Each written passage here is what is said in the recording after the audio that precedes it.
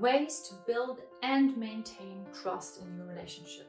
I've conducted a survey amongst my clients and students, and the number one thing that people were missing in relationships was trust. And it makes so much sense because trust is the ingredient that makes us create this deep connection in our relationships where we feel like we just know the other person so deeply and we know that we can count on them, that they got our back and that they love us deeply. But before we get into it, I want to make you aware of something. You cannot build trust in a relationship that's not serious, where both people are having this sort of like college attitude. Oh, we're just hanging out, nothing is serious. No, there it will never work. So you can only apply what I'm going to teach you today if you are serious about a relationship, if you take the other person seriously, and if you are really interested in building a healthy, fulfilling relationship with them. If you're ready for that, let's get into it.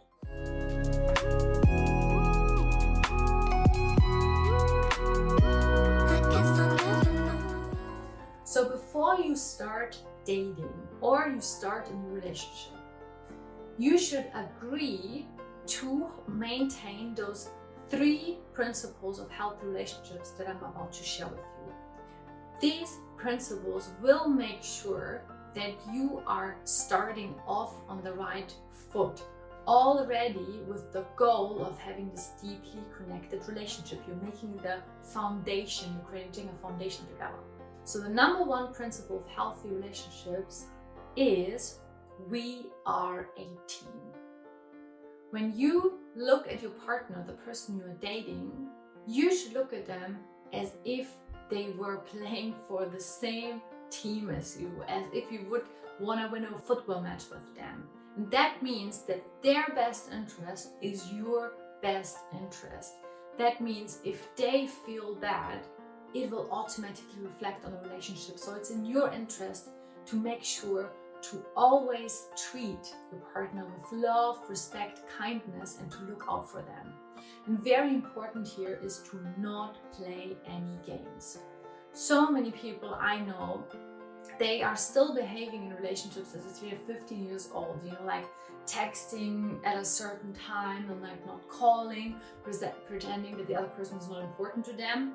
And if you're an adult and you live relationships like this, you can be assured that you are killing trust. Playing games is like a cancer cell to trust. So stop doing that. You have to start acting in a mature way. Otherwise, you will never create the healthy relationship that really fulfills you and that you actually want. Now, the second principle of healthy relationships is respectful communication. And I can't stress this point enough.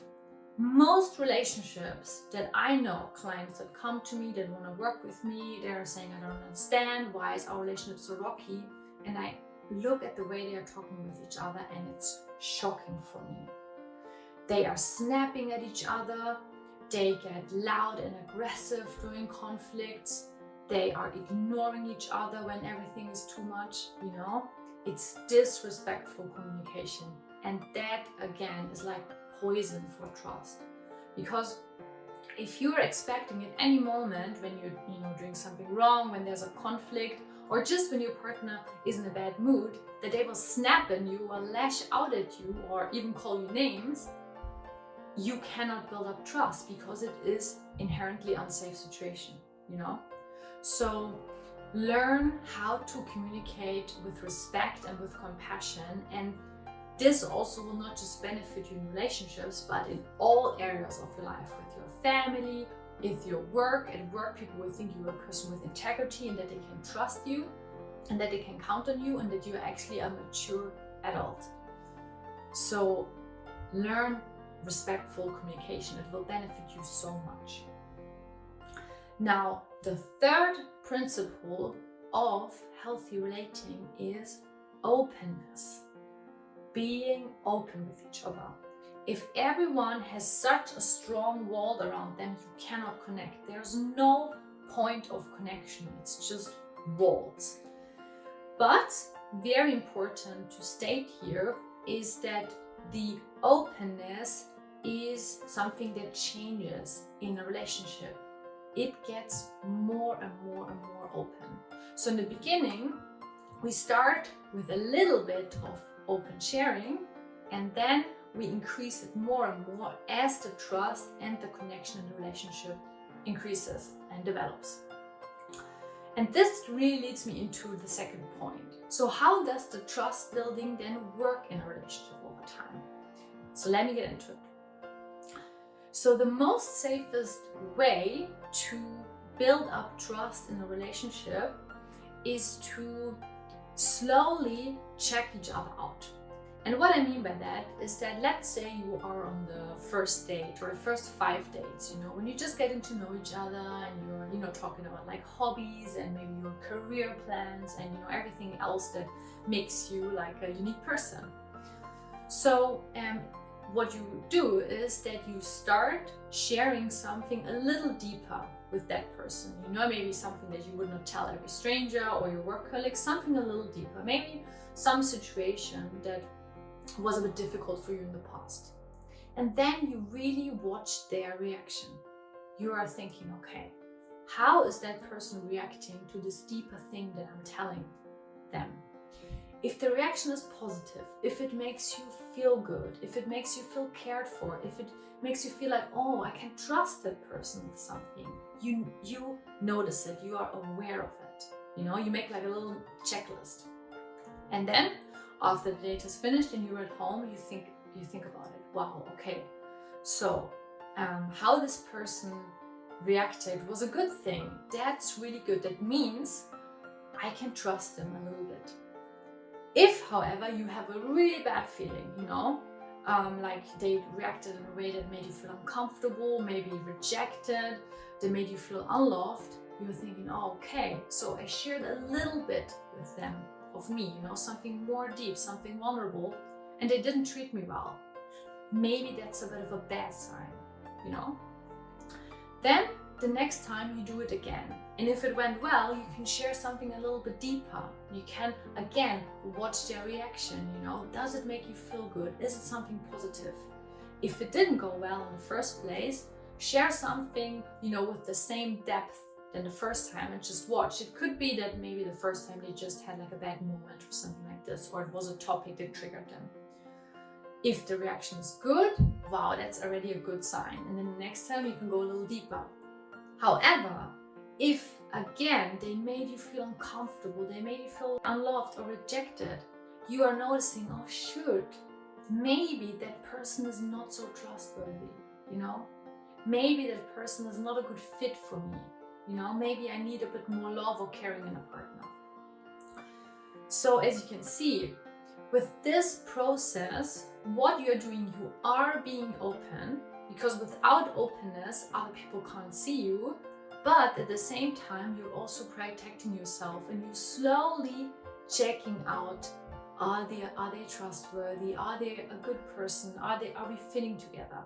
And that's the most safest way. And if you found a person that shows you again and again with those little stories you tell them, those little details about yourself, that you can trust them, that they react loving towards you, you can open up more and more and more.